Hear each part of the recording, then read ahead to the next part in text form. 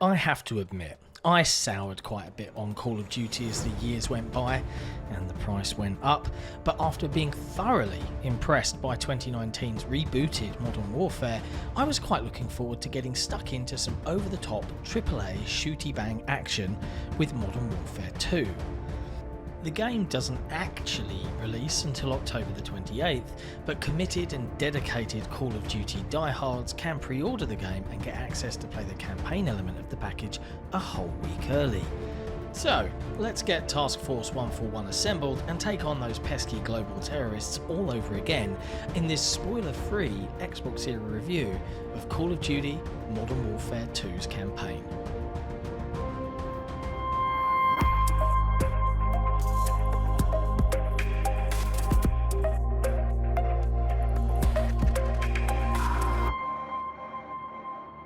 Set 3 years after the events of the previous game, Modern Warfare 2 puts us boots on the ground with the usual suspects: Ghost, Soap, Gaz, and of course the immutable Captain Best Facial Hair in Gaming, Price.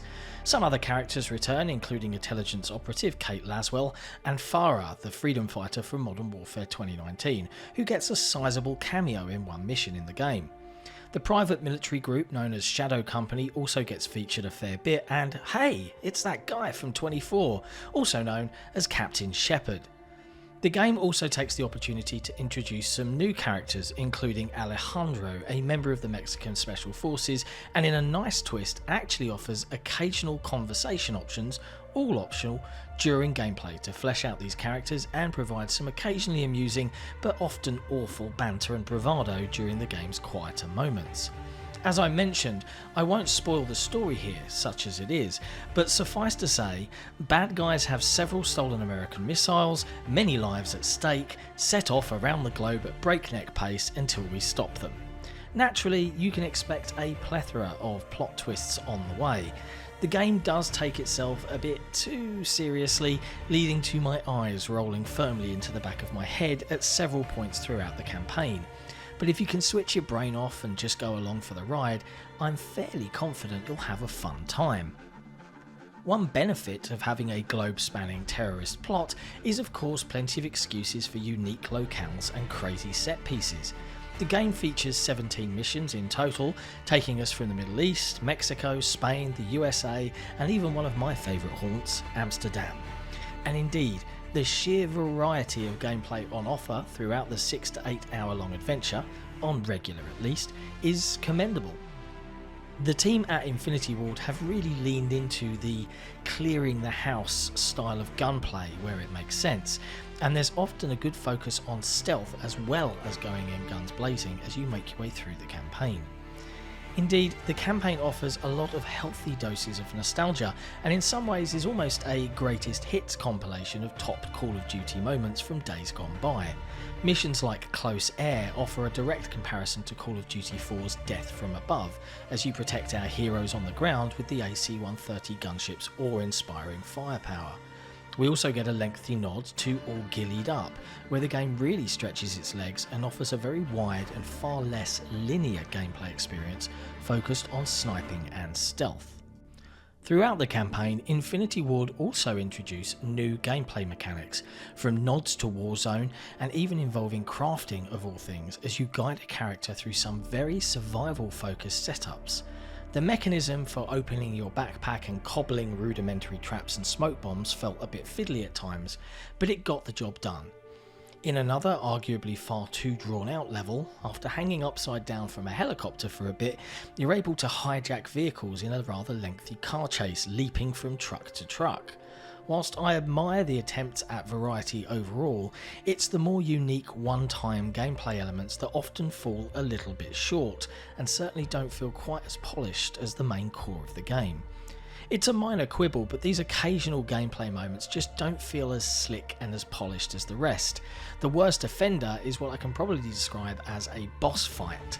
It felt entirely flat and was frustrating and frankly unsatisfying as a conclusion to a major story arc.